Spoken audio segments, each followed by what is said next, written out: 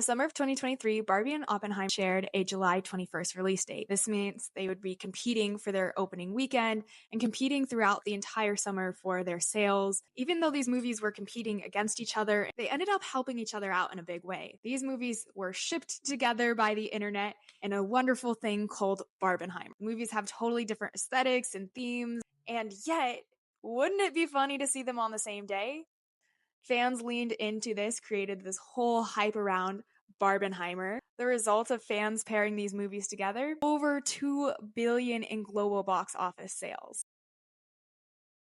First, it's important to know that these two movies didn't actually set the same release date intentionally. In fact, in an interview, Margot Robbie, who's the producer and star of Barbie, said that she got a call from Oppenheimer producers telling her and suggesting that she needed to move the release date of Barbie when somebody figured out that they had the same release date.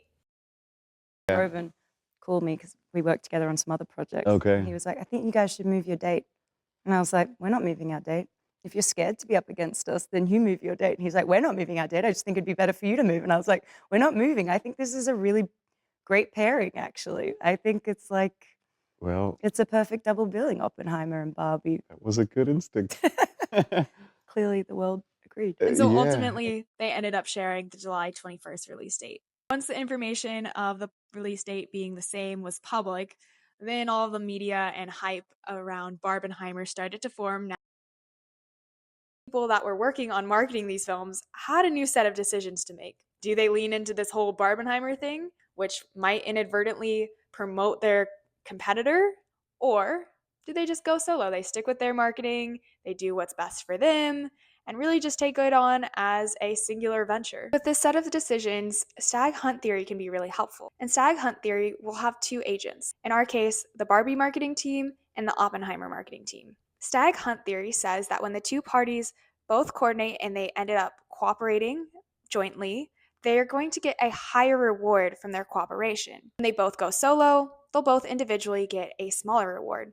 That's the case where Barbie and Oppenheimer separately market, and they probably wouldn't have made 2 billion if they had marketed separately or there'd been no Barbenheimer. The other situation is one helps, but the other chooses not to cooperate and goes it alone. This situation's also not great because it means somebody's missing out. In our case, it would be like if the Barbie marketing team cross-promoted, they were promoting Barbenheimer, but Oppenheimer wasn't helping promote the Barbie movie. And the Oppenheimer team is getting this extra benefit of marketing from the Barbie team, and the Barbie team's not getting that in return. What we see actually happen in the real world is they both lean into that cooperation, and they're both hugely successful because they're getting mutual benefit from this Barbenheimer name. So why does it even matter that Staghunt can help explain some of the decision making and success of Barbenheimer? First of all, these movies have now become a template and model that other movies have tried to replicate in their marketing. Gladiator and Wicked shared a release date, and there was some hopes there that that would kind of stimulate the same kind of excitement since those movies were also very different from each other, but it wasn't quite as big and massively hyped up as Barbenheimer was.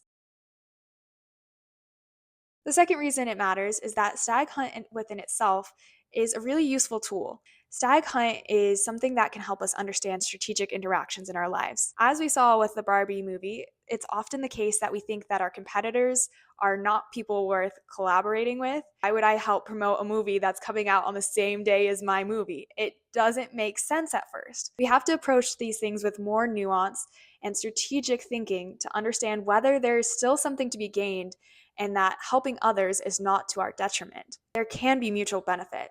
Staghunt helps us recognize that. Let's go over to the whiteboard for another example. The example I just went through with Barbenheimer and Staghunt theory can give you a little bit of intuition for what Staghunt theory is about. It's about whether mutual cooperation is going to make us better off, or whether going solo will be the best and most strategic choice. I want to formalize this, so we're going to go through another example talking about influencers and a potential brand deal. We have two new agents. The first one's going to be Kayla, and our second agent will be Joey. Their decisions are going to be organized in this decision matrix, which I'll talk us through. This brand approaches Kayla and they say, hey, Kayla, you can either do a post solo or you can collaborate with one of our other influencers, Joey. And if you collaborate together, you might get a higher stipend for your posts because we think that your collaboration will drive more sales for our brand. Kayla was offered this deal. She doesn't know what Joey's going to do, so she's trying to make the decision that's going to be best for her. So this is Kayla up here. She has her two options to go solo or to collaborate. And then these numbers in these boxes are going to represent the payoffs available to her. Kayla's payoffs are going to be in the top right hand of each box. And then Joey's payouts, the amount that Joey could get from posting, are going to be in the bottom left hand corner. Kayla is trying to make her choice and she figures out she can actually coordinate with Joey. So she says, hey, Joey, would you be willing to collaborate? And Joey says, yes, I want to collaborate. So Kayla's going to collaborate. Joey's going to collaborate. They're both getting $900 and they're very excited about that. There's also a situation where Kayla reaches out to Joey. Joey says, oh, no, I'm going solo. And then they both end up going solo because of that. And they each make $500. The bigger challenge, though, is that a lot of times there's not coordination, which can lead to one of these other categories. Thing is, they weren't able to communicate simultaneously. And so if Kayla had thought they were going to collaborate and then Joey actually goes solo, Joey's going to get $500, but Kayla had already figured out like the whole collaborative thing and she's not going to make money from going solo anymore. That's a big part of Staghunt theory, is that whether coordination is possible or not can really affect the outcomes. If you're using Staghunt theory to think about a decision, think about whether you can coordinate with the sunbone, because that can change your decision. Otherwise, Kayla's trying to make the best choice she can based on Joey's response. For this example, there were quite a few simplifying assumptions. I assumed that Joey and Kayla were going to get the same payoffs from the brand.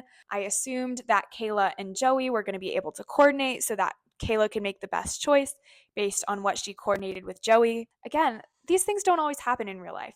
But we can also make assumptions in real life. If I'm a real life influencer, I can assume, hey, this person has a similar following to me. They're probably going to have a similar payoff to me based on working on the same brand or things and metrics that are publicly available on the internet. Or even if I can't get it exactly 100% to be like this, these decision matrices and the concepts of Staghunt theory can still be very useful to us. I've talked about two examples of Staghunt theory in Barbenheimer and also influencer marketing. But I just really love the concept of Staghunt theory because it's so applicable to so many different areas of life. Even when you're just going out for pizza with your friends, you're making a choice of whether you want to all cooperate and work together and get one big pizza. Maybe you're all going and buying your own slice. There's lots of times where we're facing this trade-off between cooperation, which can offer mutual benefit, or going solo. I hope from what you've learned today, you can notice Staghunt within your own life and apply these concepts to help you understand the most strategic choice.